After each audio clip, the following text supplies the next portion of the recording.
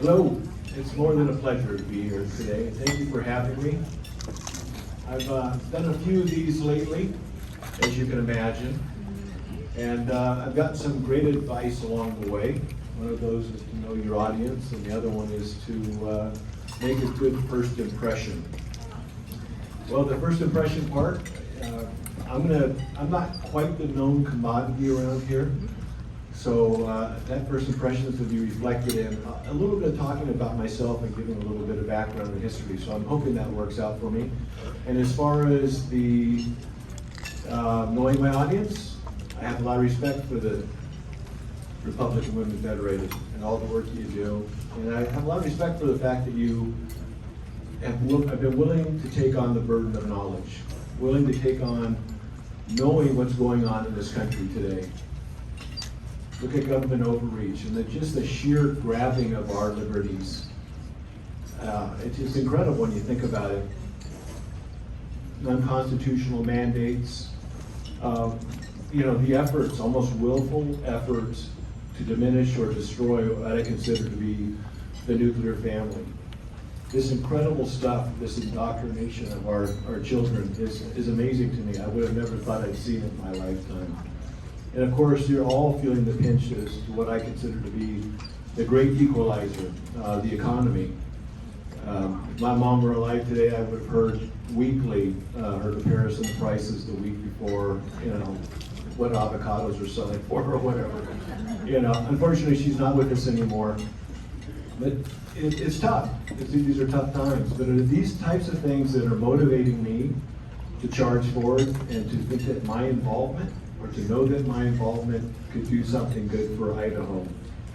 Those same elements, although can be disconcerting, it can take a little bit of the wind out of your sail sometimes. It reminds me of days as an emergency manager, maybe being on a critical incident of some sort, maybe a hazmat call or a large brush fire.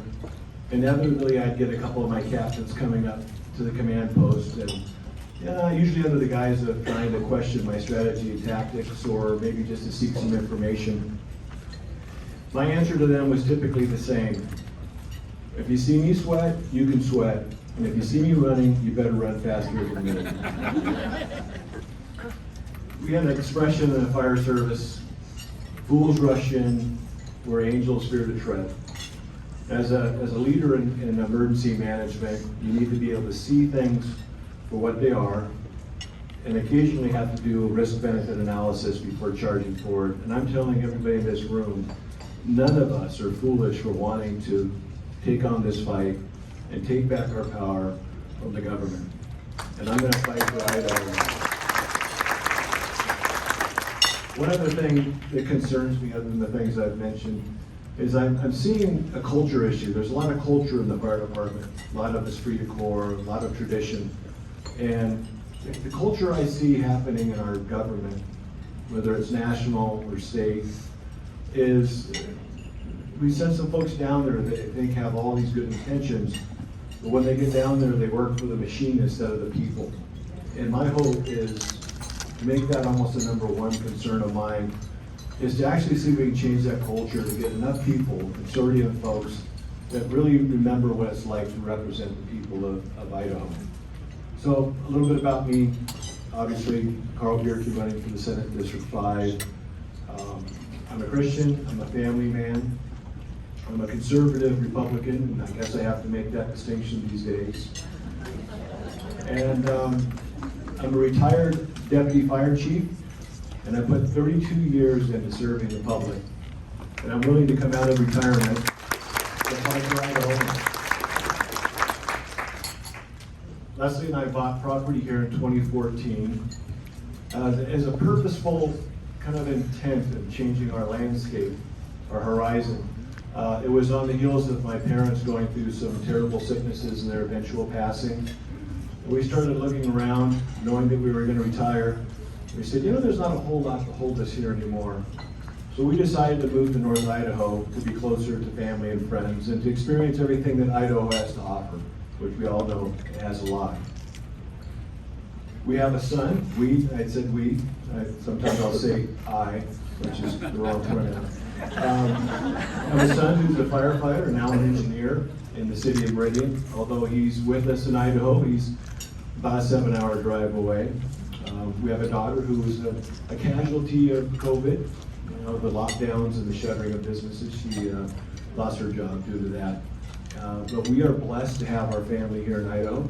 Blessed that my daughter is with us. She's a freelance graphic designer and kind of an entrepreneur here in CDA. So tremendously blessed to be here in Idaho. When we got here though, we started noticing something, a kind of a political movement that was reminiscent of what we had seen in California, say 20, 25, 30 years ago.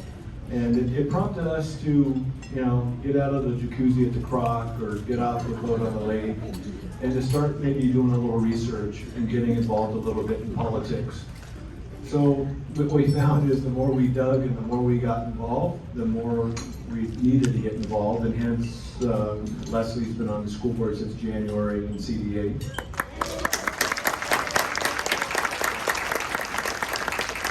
And I'm making a vie for this Senate seat.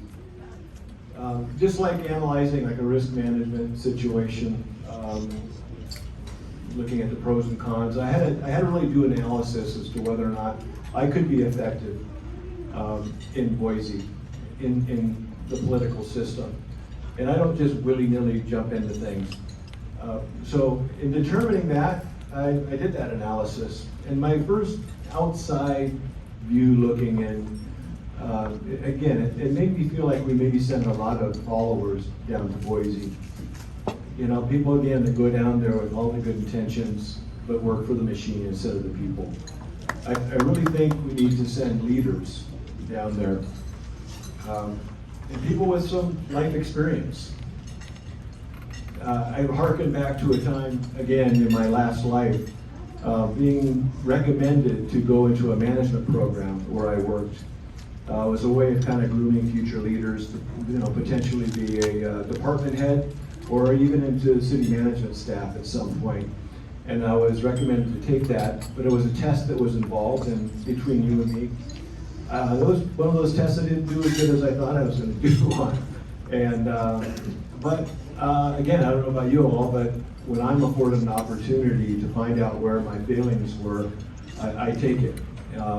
This story is longer than the actual review. I remember like it was yesterday, sitting with Elaine Polachek, the assistant city manager, and she looked at me and she goes, "Carl, I know you're busy, and I know I'm busy. The short version is, we know everything you've done for the fire department. We know what you've achieved. You did not tout that in the interview. We could only conclude that you didn't want this." And from that day forward, I made sure that everybody knew what I wanted, and I wouldn't be pursuing this if it wasn't something I wanted. The other thing I made sure is I didn't ever diminish my experience. And that experience, again, is life experience. I spent 50 years in the workforce, from my very first paper route job to my eventual retirement from the fire department. Everything from respiratory therapy to being a mortician's apprentice to construction to being a brush firefighter.